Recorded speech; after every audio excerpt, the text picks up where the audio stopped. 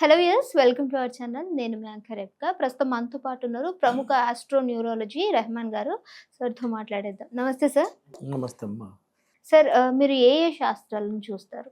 నేను first astrology chart చూస్తానమ్మా.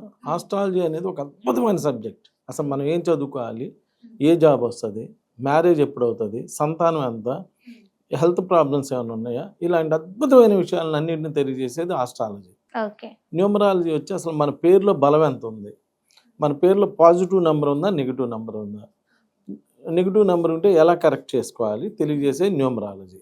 అలా నేను చెయ్యి చూస్తాను.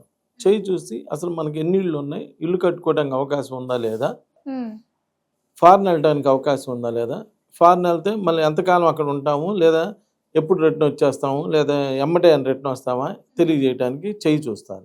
ఫేస్ రీడింగ్, ఒకళ్ళని చూస్తే పెట్టబుద్ధి అయింది, ఒకళ్ళని చూస్తే కొట్టబుద్ధి అయిందని ఫేస్ చూడంగానే మన 100 years లైఫ్ ఎలా ఉంది ఏంటి అనేది చెప్పవచ్చు అమ్మా. సిగ్నేచర్, సంతకాన్ని బట్టి అసలు మనకి లీగల్ ప్రాబ్లమ్స్ ఏమైనా ఉన్నాయా లేవా, అలానే హెల్త్ ప్రాబ్లమ్స్, లేడీస్కి పర్టికులర్గా పీసీఓడి ప్రాబ్లమ్స్ ఇలాంటివి ఏమైనా ఉన్నాయా అనేవన్నీ సంతకాన్ని బట్టి చెప్పచ్చు. మ్యారేజ్ డేట్, అందరూ అనుకుంటారు డేట్ ఆఫ్ బర్త్ మెయిన్ అని. డేట్ ఆఫ్ బర్త్ ఏముంది, ఎట్టయినా బతుకుతాడు పుట్టినాక. Marriage date is the most important. పెళ్ళైన కాడి నుంచి లైఫ్ ఎలా ఉన్నది అనేదే మెయిన్.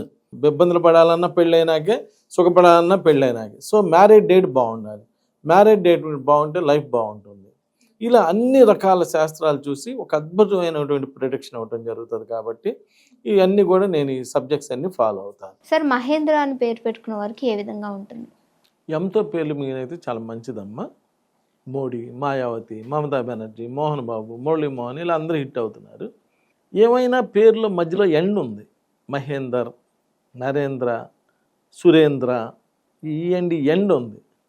మన లైఫ్ ఇప్పుడు ఎండ్ కాదు కదా, బిగినింగ్ కదా. బిగినింగ్ వాళ్ళకి ఎండ్ అనేటువంటి పేర్లు వచ్చిన వాళ్ళు ఎందుకో ఇబ్బంది పడుతున్నారు.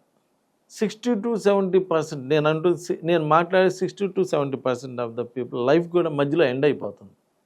అంటే మిడిల్ ప్రాబ్లమ్స్ రావటం ఇలా జరుగుతూ ఉన్నది. మనకి ఏదో ఒక పేరు ఉండాలి కదా. ఈ ఎండ్లు, ఈ నిల్లులు, ఈ కిల్లులు, ఈ సాడ్లు ఎందుకు మనకెందుకు? మనం బిగినింగ్ కదా, బిగినింగ్ వాళ్ళం, ఎండ్ వాళ్ళం కాదు కదా, అప్పుడే ఎండ్ అయిపోలేదు కదా. ఆలోచించండి ఒక్కసారి. నేను చేసిన రీసెర్చ్లో ఈ ఎండ్ వచ్చిన సురేంద్ర, నరేంద్ర వాళ్ళకి ఎక్కువగా ఫ్యామిలీ మధ్యలో ఇబ్బంది అయిపోతుంది, ఎండ్ అయిపోతుంది, మధ్యలో ఎండ్ అవుతుంది. ఇప్పుడు డైవర్స్ వచ్చినాయి అంటే ఎండ్ అయిపోయినట్టే కదా అక్కడ ఫ్యామిలీ. లేదు ఇంకోటి అయిందంటే ఎండ్ అయినట్టే కదా. ఇక్కడ నేను అనేది ప్రతి వాళ్ళు ఏం చేయాలంటే, మనం ఒక మంచి లైఫ్ అనిపించడానికి ఈ భూమి మీదకి వచ్చాం. ఏమో ప్రతి వాళ్ళకు ఒక పేరు పెడుతున్నారు. అన్ని మతాల వాళ్ళు అన్ని వస్తువులకి పేరు పెడుతున్నారు, అన్ని మతాల వాళ్ళు కదా.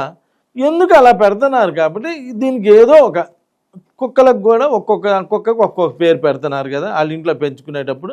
అంటే ఒక పేరు పెడుతున్నారు. ఈ పేరుకి ఎంత బలం ఉన్నది కాబట్టి అసలు ఆ పేరు యొక్క బలం ఎంత ఉంది, దానిలో ఎండ్ ఉందా, నిల్లు ఉందా, కిల్లు ఉందా, ఇలాంటివన్నీ ఆలోచించుకొని దాని ప్రొటెక్షన్ చూసుకోండి.